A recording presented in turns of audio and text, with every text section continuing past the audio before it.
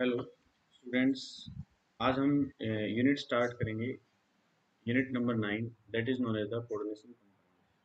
आपके NCERT book के अंदर अगर हम जाते हैं तो हमारे पास ये यूनिट मिलती है, unit 9 coordination compound.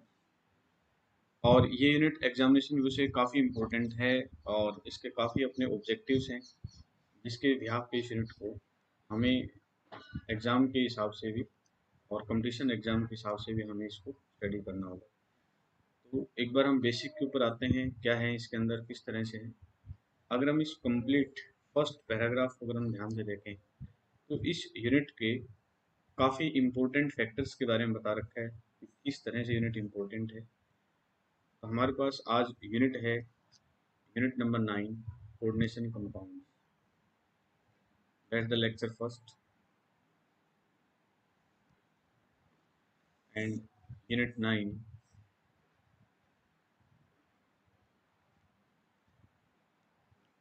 Coordination compound. Coordination compound in CBSE last जो पैटर्न है उसके अंदर इस यूनिट के अंदर से 3 to 4 मार्क्स के क्वेश्चंस बनने की पूरी प्रोबेबिलिटी होती है। एग्जामिनेशन व्यू से भी यूनिट काफ़ी इंपॉर्टेंट है। कोऑर्डिनेशन कंपाउंड्स जो चैप्टर है, अगर इसका हम देखें डेली लाइफ में क्या एस्पेक्ट्स हैं, डेली लाइफ में हम इस यूनिट का विजन देखें तो हमारे आस पड़ोस की लाइफ में काफ़ी कुछ है। जैसे फॉर एग्जांपल कोऑर्डिनेशन कंपाउंड्स हमें मिलते हैं क्लोरोफिल के अंदर।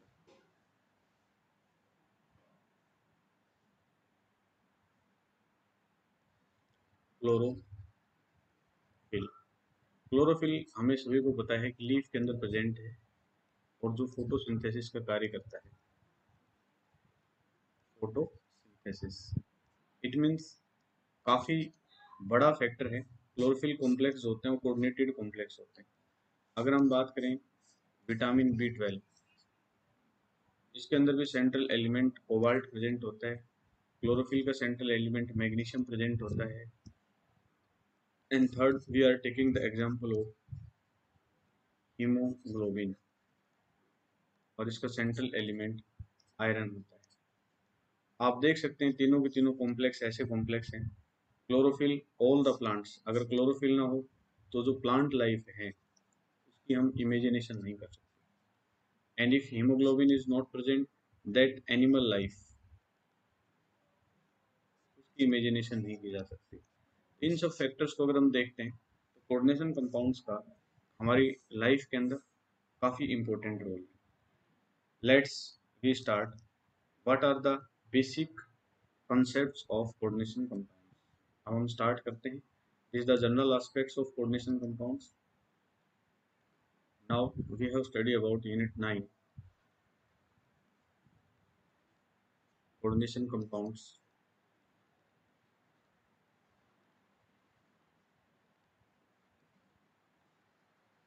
Now question is that what are coordinations? Meaning, what is the meaning of coordination?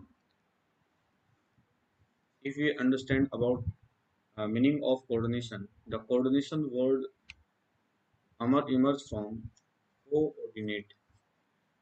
Coordinate. Now what are the coordinate? Coordinate means होता है सहयोग, मतलब हम किसी से सहयोग लें उसको कोऑर्डिनेट कहते हैं।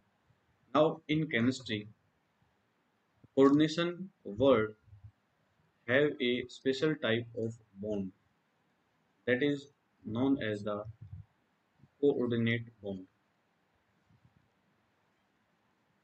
or also known as the dative bond, coordinate bond or dative bond. Let's we take the example of ozone. हम एग्जाम्पल लेके चलते हैं और उस एग्जाम्पल से इसको समझने की कोशिश करेंगे। Let's we take the example of ozone. Ozone के बारे में आप सभी को पता होगा। ओजोन लेयर है जो हमें प्रोटेक्ट करती है हार्मफुल रेज से। Let's we start to understand level structure of oxygen have 3 molecules and each oxygen atom have 6 valence electrons in outermost.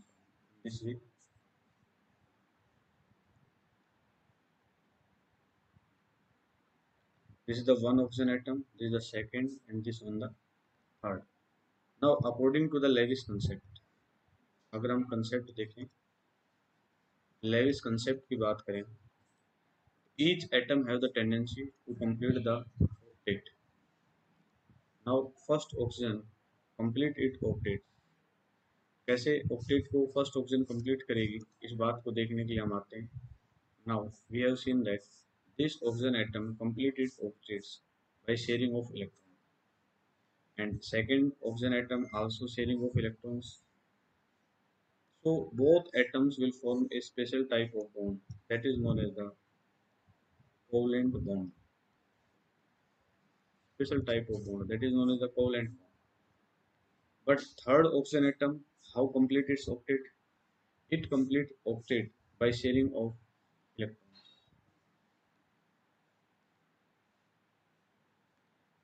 By sharing of electrons.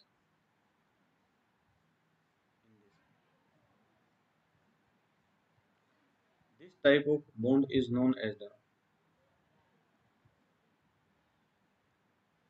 coordinate bond.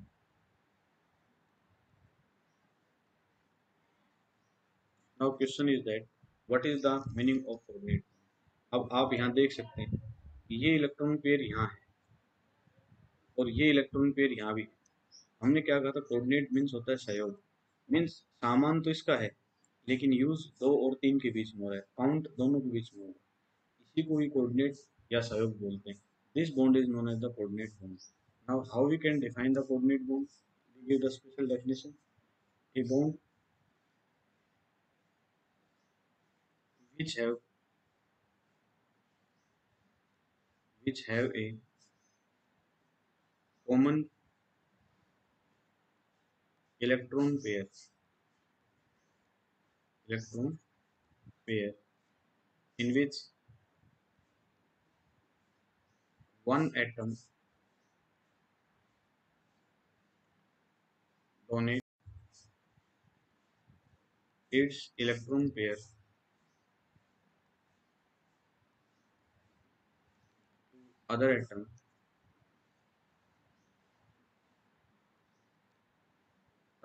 atom by a bond known as coordinate bond. But electron pair, ये next point हम ले सकते हैं, it is represented by, किससे represent करेंगे हम? Arrow से represent करेंगे इस तरह. The tail part explain the या give information about donor atom, and the arrow part explain about, that's the coordination compound. A special type of bond. Let's take, हम इसको समझने की कोशिश करते हैं, कोई एग्जांपल लेके समझने की कोशिश करते हैं. Let's we take the example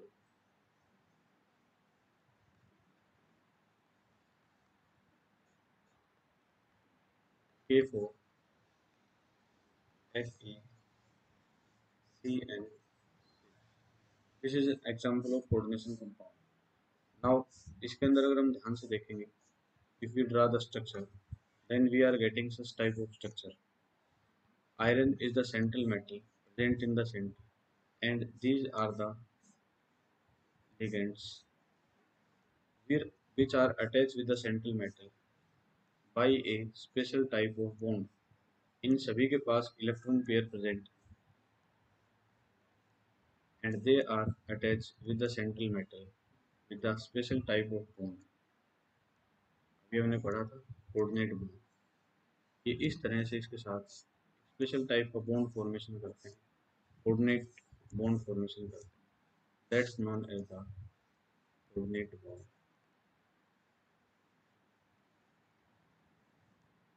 that's why the unit is known as the coordination. Coordinate bond present होता है तो इसलिए कोऑर्डिनेशन कंपाउंड्स की कैटेगरी। Let's we start. हम इस यूनिट में आगे बढ़ते हैं, और आगे अगर हम बढ़ें तो एनसीईआरटी के पार्ट्स को अगर हम देखें इसके अंदर, तो हमारे पास 9.1 आर्टिकल है, Werner theory of coordination compound. ये आर्टिकल है 9.1, Werner theory of coordination compound. इसको अब हम आगे करेंगे जब हमारे पास बॉन्डिंग के पॉइंट टॉपिक आएगा, उसके अंदर करेंगे। अब अभी हम स्टार्ट करते हैं इसकी बेसिक्स से, and the basic is this 9.2, definition of some important terms pertaining to the coordination compounds। उन टर्म्स के बारे में स्टडी करेंगे जो कि कोऑर्डिनेशन कंपाउंड्स के अंदर हमारे पास इस्तेमाल होंगे। These are the common terms in which we have studied about this. Now, first term is coordination entity, central metal, ligands. Like that, these are the common terms. Now, start definition of some important terms in coordination compounds। Start करते हैं यहाँ से। Article हमारे पास है 9.2। Name of article is definition of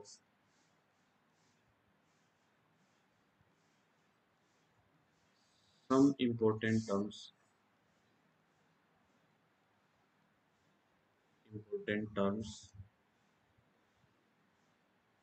used in coordination compounds। coordination compounds, हम उन terms के बारे में स्टडी करेंगे जो कि कोऑर्डिनेशन कंपाउंड्स के अंदर इस्तेमाल हो रखी है, या जिन टर्म्स की बार बार यहाँ डेफिनेशंस आएंगी या पॉइंट आएंगे। Let's we start. हम एक एग्जांपल लेते हैं और उसके बाद इन टर्म्स को एक एक करके हम एक्सप्लेन करेंगे। Let's we start the example K4FeCN6। Now, what are the important terms representing in this compound? ये जो कॉम्प्लेक्स से बाहर आपको नजर आता है, that part is known as the counter ion। That is known as the counter ion।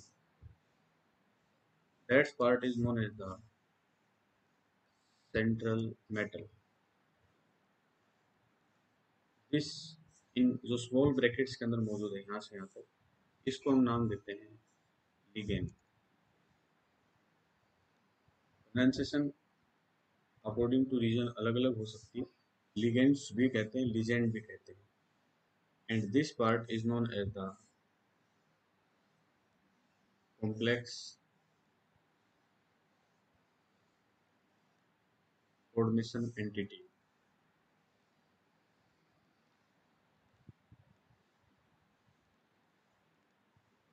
ये हमारे पास कुछ कॉमन टर्म्स हैं जिनके बारे में हम एक एक को लेकर हम स्टडी करेंगे। सबसे पहले हम फर्स्ट टर्म के ऊपर आते हैं। जो हमारे पास फर्स्ट टर्म है, अकॉर्डिंग टू एनसीईआरटी हम फॉलो करेंगे। अगर हम एनसीईआरटी के अंदर जाके देखें तो फर्स्ट टर्म हमारे पास है coordination entity. That the first part. Now question is that what is the coordination entity. देखो, एक coordination entity constraint a central metal atom और ion bonded to a fix number of ion और molecule। मतलब ये बताना क्या चाहता है, फर्स्ट ले रहे हैं कोऑर्डिनेशन एंटिटी।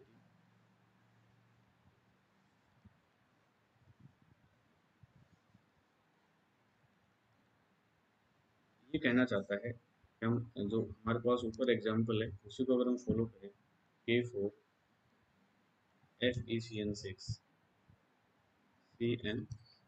इसके बारे में कह रहा है, a central metal and the molecule or ion bonded to it. ये जो आपस में जुड़े हुए हैं सेंट्रल एटम के साथ, मेटल के साथ, और ये जो मोलिक्यूल अटैच है, इसको ही हम क्या नाम देते हैं, कोऑर्डिनेशन एंटिटी।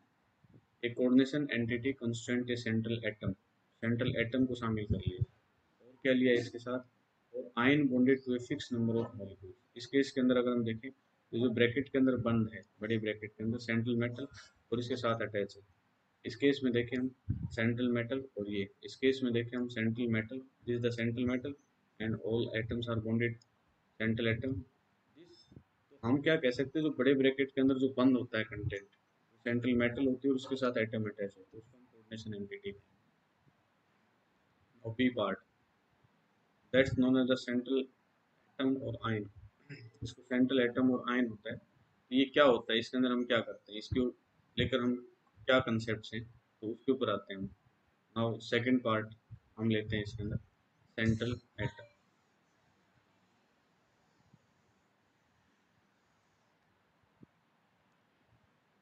हम सेकंड डेफिनेशन से लिए, that is known as the central metal और वर्सेस। ये क्या होता है, ये इससे रिलेटेड कंसेप्ट क्या होता है। अभी हमने केस लिया था K4FeCN6। इस केस के अंदर हमने इसके बारे में पढ़ा था। This is known as the central metal. आप जब भी कभी भी कॉम्प्लेक्स मिले, तो जहाँ से हमारा ब्रैकेट स्टार्ट होता है, ये इस ब्रैकेट के जस्ट बाद जो हमें एंटिटी मिलेगी, 100% सेंट्रल मेटल मिलती है। अब क्वेश्चन आता है, जो सेंट्रल मेटल होती है वो कौन सी होती है। हमारे पास जो +2 लेवल पे हैं, कौन सी सेंट्रल मेटल इस्तेमाल होगी। तो सेंट्रल मेटल हमारे पास इस्तेमाल होती है, जो सेंट्रल मेटल होती है वो होती हैं ट्रांजिशन एलिमेंट्स, या डी ब्लॉक के जो एलिमेंट्स होते हैं। डी ब्लॉक के एलिमेंट्स सेंट्रल एटम का काम करते हैं, और डी ब्लॉक के एलिमेंट्स को हम क्या नाम देते हैं, ट्रांजिशन एलिमेंट। अपने +2 लेवल पे जो सबसे ज़्यादा ट्रांजिशन एलिमेंट्स मिलते हैं, वो हमें 99% हमें मिलेंगे first transition series. First transition series, इसके एलिमेंट्स हमें। Now question is that what are the name of first transition series elements. इसके लिए एक हम स्पेशल डायलॉग लेते हैं उससे, और इसको याद रख सकते हैं। इसमें एटॉमिक नंबर होता है 21 to 30। इसके लिए डायलॉग ये होता है,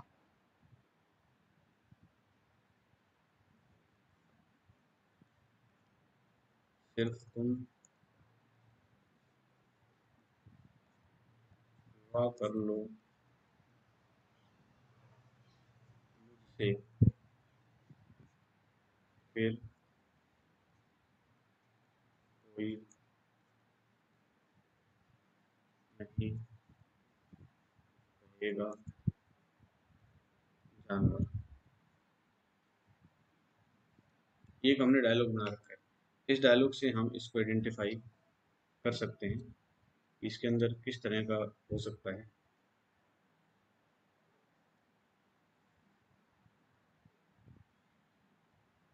ओके, लेट्स स्टार्ट।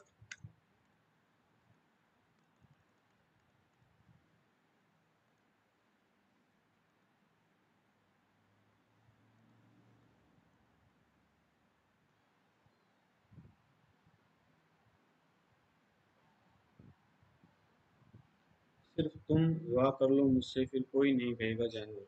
इस कंसेप्ट को अगर हम समझे सेंट्रल मेटल में, ये scandium, titanium, vanadium, chromium, manganese, iron, cobalt, nickel, copper और जिंक। 21, 22, 23, 24, 25, 26, 27, 28, 29 और ये होता है 30। अब हमारे पास जो सबसे बड़ा इंपॉर्टेंट कंसेप्ट आता है, वो आता है इलेक्ट्रॉनिक कॉन्फ़िगरेशन। इलेक्ट्रॉनिक कॉन्फ़िगरेशन में अगर हम 21 एटॉमिक नंबर लें, that is known as the scandium. तो इलेक्ट्रॉनिक कॉन्फ़िगरेशन में आर्गन 4s2 3d1 इस तरह लिखी जाएगी। स्कैंडियम के बाद अगर टाइटेनियम के अंदर हम जाते हैं, तो वहाँ हमारे पास होगी आर्गन 4s2 3d2। फिर हम जाते हैं 23 में, वैनेडियम, आर्गन 4s2 3d3। इस तरह से हम जाएंगे। लेकिन there are two special case, one is known as chromium and second is copper. हाँ, स्पेशल इलेक्ट्रॉनिक कॉन्फ़िगरेशन बनेगी। बाकी आप देख रहे होंगे यहाँ 1 है तो यहाँ 1 आया, यहाँ 2 है तो यहाँ 2 आ रहा है, यहाँ 3 है तो यहाँ 3 आएगा, 5 है तो इस केस में भी यही आएगी आर्गन 4s2 3d5, इसमें आएगी 3d6 3d7 3d8 3d10। But there are two special case, इन दोनों स्पेशल केस के अंदर क्या आएगा ये देखो, इसके अंदर अगर हम बात करें तो इसकी आएगी आर्गन 4s1 3d5, क्योंकि ये हाफ फील्ड के नज़दीक था इसलिए इसने एक इलेक्ट्रॉन यहाँ से लिया 4s2 3d5। And in case of copper ये फुली फील्ड के नज़दीक है तो यहाँ हमारे पास आएगी आर्गन 4s1 3d10, 9 की बजाय 10 आएंगे। ये इलेक्ट्रॉनिक कॉन्फ़िगरेशन आएंगे जिनका हम बार बार इस्तेमाल करेंगे सेंट्रल मेटल और आयंस के लिए। यहाँ हमारे पास इस पार्ट के अंदर भी हम इस्तेमाल करेंगे। Let's we start next term. Some important terms के अंदर अगर हम बात करें तो नेक्स्ट टर्म हमारे पास क्या है इसको कराते हैं, एनसीईआरटी बुक को भी देखते हैं उसके अंदर हमारे पास कौन सा पार्ट है।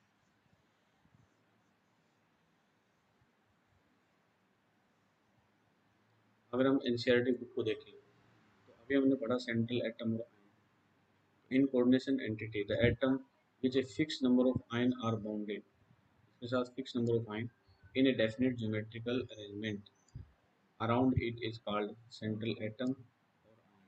एग्जाम्पल, इसके अंदर निकल सेंट्रल एटम आयन है, इसके अंदर कोबाल्ट है, इसके अंदर आयरन है, this is the common point and this is the most important point. ये देखिए यहाँ एक कंसेप्ट दे रखा है, these central atom ion referred as a Lewis acid. अगर हम कंसेप्ट की बात करें, लेविस कंसेप्ट, लेविस कंसेप्ट क्या कहता है, बहुत ही सिंपल सी बात कहता है कि विच एसिड क्या होंगी accept lone pair of electron,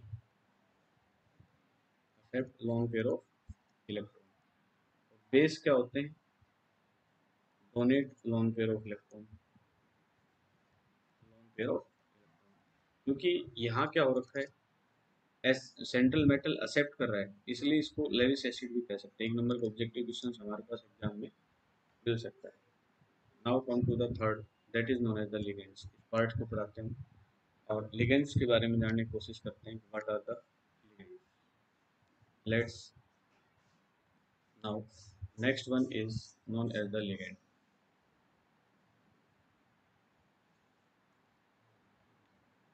Now, what are the ligands? Ligands होती क्या हैं? इस क्वेश्चन को कराते हैं। These are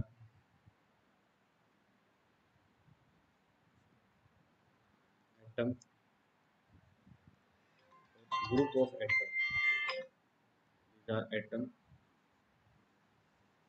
or group of atom which donate or coordinate lone pair of electron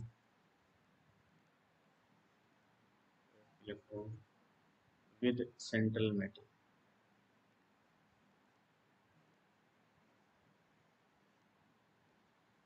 या तो इलेक्ट्रॉन पेयर डोनेट करे या उसके साथ कोऑर्डिनेट करे, किसके साथ, सेंट्रल मेटल के साथ।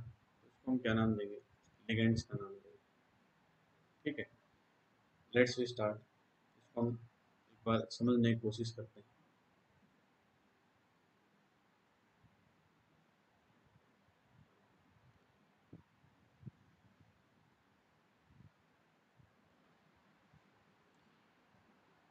लिगेंड्स के बारे में हम स्टार्ट कर रहे थे, उसी के बारे में हम आगे देखते हैं कि लोन एटम और group of atom which donate और coordinate lone pair of electron with the central metal. Example हम पहले भी ले चुके हैं, इस एग्जांपल को फिर वापस इसी पॉइंट को करा के देखते हैं कि हमारे पास है K4FeCN6। इस कॉम्प्लेक्स के अंदर हमने पीछे भी देखा था, this is the central metal and ligands attach with the coordinate bond, loan pair of electron. This atom or group of atom is known as the ligand। ligand भी कहते हैं, ligand भी कहते हैं।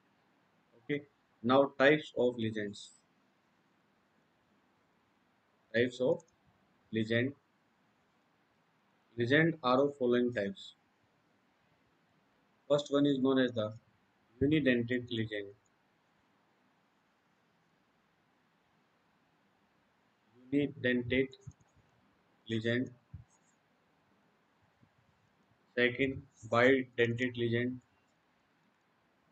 Bidentate ligand. Polydentate ligand.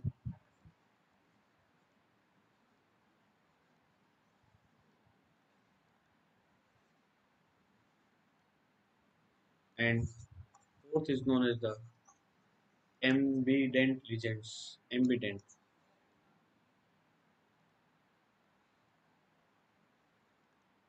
Ambident ligand. And fifth is known as the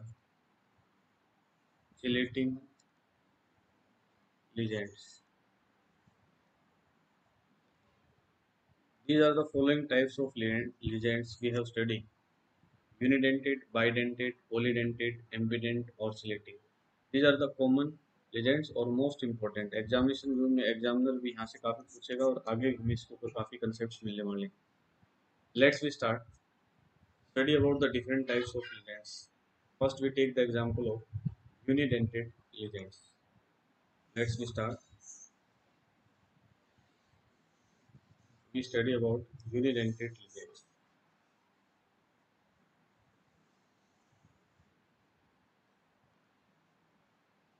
हम पढ़ रहे ligand. इसके अंदर हमने टॉपिक पढ़ा है types of ligands.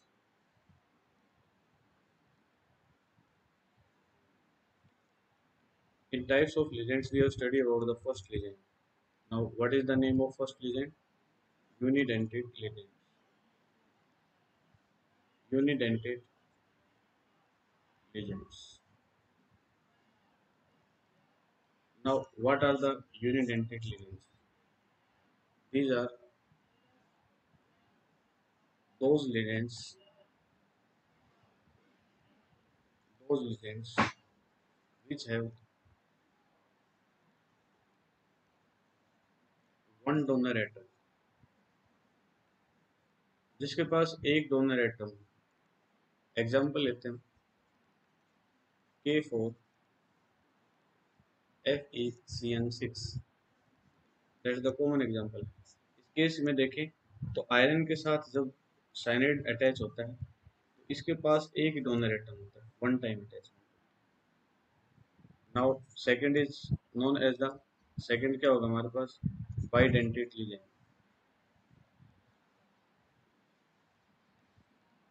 Now question is that what are the bidentate ligands. नाम से पता लग रहा है कि which have two donor atom. जिसके पास कितने एटम हो? टू डोनर एटम हो. जो दो डोनर एटम रखता हो या दो से अटैच हो. Let's we take the example. हमारे पास एक बहुत अच्छा एग्जांपल होता है C2O4 negative. That is known as the oxalate ion. Now, what is the structure of oxalate ion? We have drawn the structure of oxalate ion.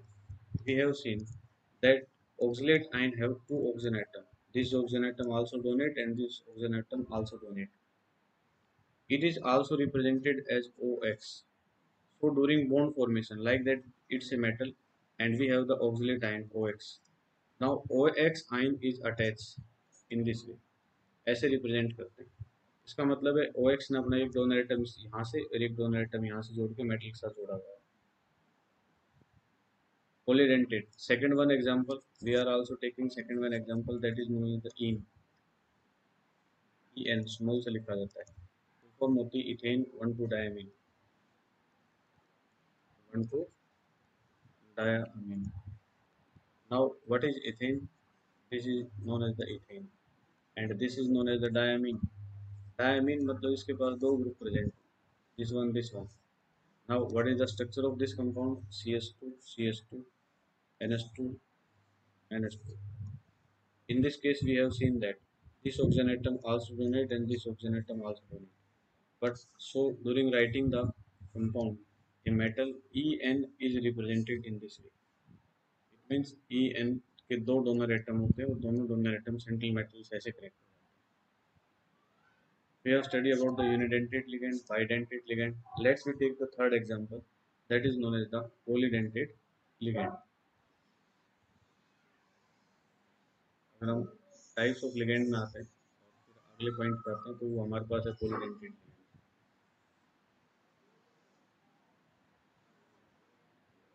Let's third is known as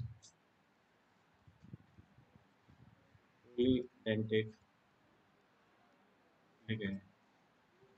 Now, what are polydentate ligand? These are those ligands. These are those ligands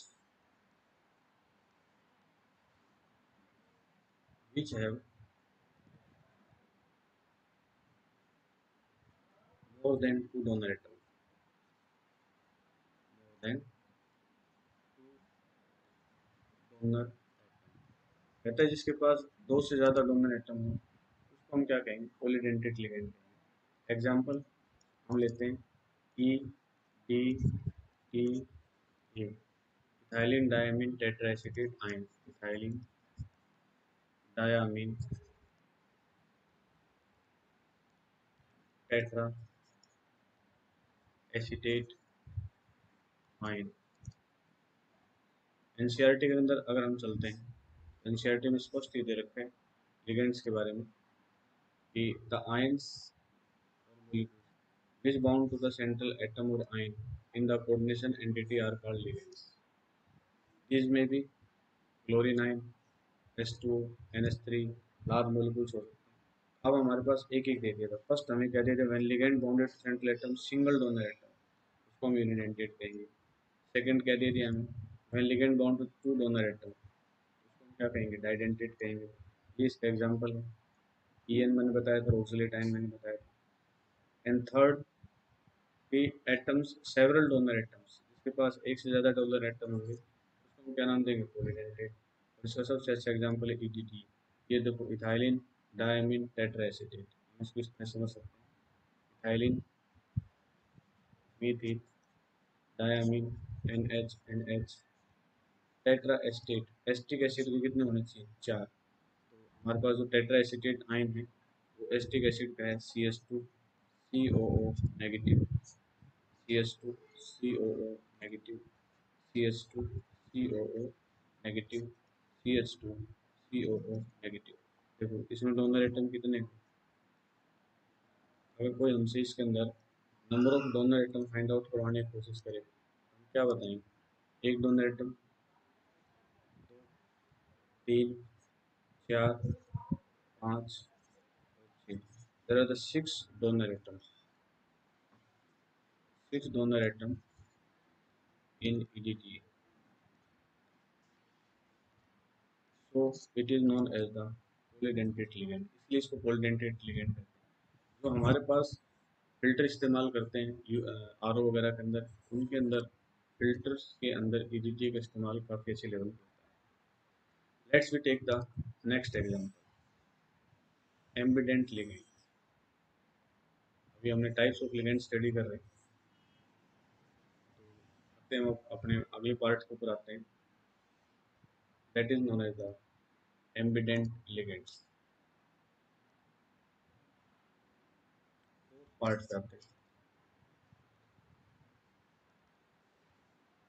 ambient ligand काफ़ी important है हमारे पास ये, इसलिए हमें इसको ध्यान रखना होगा, ये मोस्ट इंपॉर्टेंट है। Now what are the ambident ligands? these are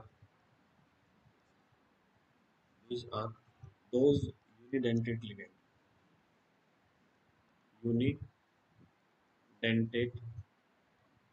ligands। ये वो यूनिडेंटेट लिगेंड्स होते हैं, एक टाइम पे एक डोनेट करता है, in which all atoms are donor, जिसके अंदर सारे के सारे एटम ही डोनर होते हैं, उसको हम क्या नाम देंगे? एम्बिडेंट का नाम देंगे। There are the three examples, one is known as the cyanide, इसके साथ एक और होता है, ये साइनाइड होता है और इसके साथ होता है आइसोसाइनाइड। Thiocyanide, Asian, आइसोथायोसाइनाइड। तीसरा ग्रुप होता है NO2। These are the 6 examples जिसके अंदर ऑल एटम डोनर का काम कर सकते हैं। जैसे फॉर एग्जाम्पल हम फर्स्ट केस को समझते हैं। ये हमारे पास मेटल, अब देखा जाए तो साइनाइड जो ग्रुप है इसके साथ इस तरह से जुड़ा हुआ है। साइनाइड मतलब इसके अंदर नाइट्रोजन भी तो अटैच हो सकती है। अगर ये आइसोसाइनाइड हो जाए तो देखो इसमें नाइट्रोजन भी अटैच हो, ये वो लिगेंड्स होते हैं।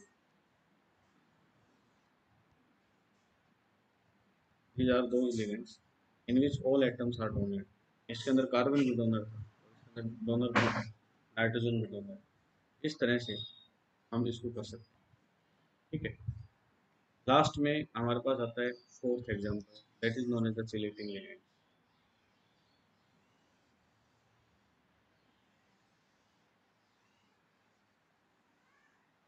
Now let's we take the fifth type, that is known as the chelating ligands.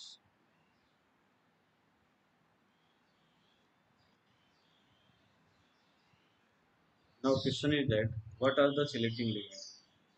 ये बाइडेंटेट की फर्दर एक टाइप है, bidentate, polydentate. these are these are bidentate or polydentate ligands in which all donor atom are attached with same central metal, same central metal, एक ही central metal से जुड़ जाए, उसको हम क्या नाम देंगे, चिलेटिंग लिगेंड्स का नाम देंगे। फॉर एग्जांपल हमारे पास एग्जांपल है, इसको लेते हैं oxalate ion. Now what are oxalate ion, C2O4 negative, we are also write as OX. Now what are the structure of oxalate ion? This is the structure of oxalate ion, and these have two donor atoms. Now oxalate ion have the two choice.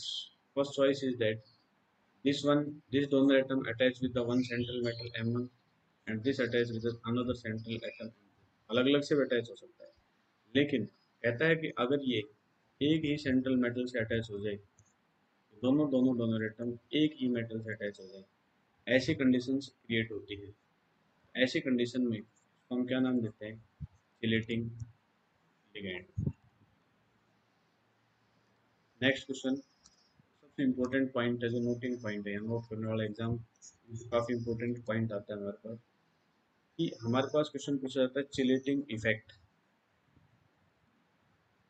देखो एक बात ध्यान रखने की है कि जिसके अंदर चिलेटिंग लिगेंड्स मौजूद होंगे वहाँ इफेक्ट कौन सा होगा, चिलेटिंग इफेक्ट होगा।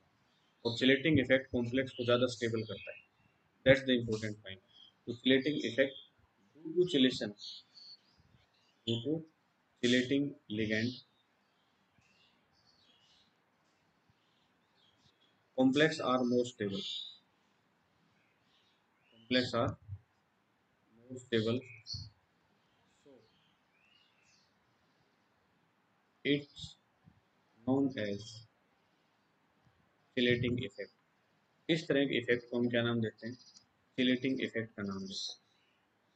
तो इस तरह से अगर हम एनसीईआरटी बुक के अंदर आए तो हम देखते हैं तो हमारे पास ये कंसेप्ट मिलता है पॉलीडेंटेट, फिर उसके बाद चिलेटिंग लिगेंड्स का मिलता है, डेंटिसिटी की फॉर्मेशन मिलती है, और आगे मैंने आपको बताया एम्बिडेंट लिगेंड्स के बारे में बताया। हम यहाँ से नोट्स बना सकते हैं, उसको समझ सकते हैं। इस तरह से हमने कितनी कॉमन टर्म्स के बारे में स्टडी की अभी, हमने 3 कॉमन टर्म्स पढ़ी। Now fourth term is coordination. Fourth term हमारे पास आती है, कोऑर्डिनेशन नंबर आता है। इस कोऑर्डिनेशन नंबर को अभी हम स्टडी करेंगे, जानने की कोशिश करेंगे कि इस कोऑर्डिनेशन नंबर के अंदर खास बात क्या है।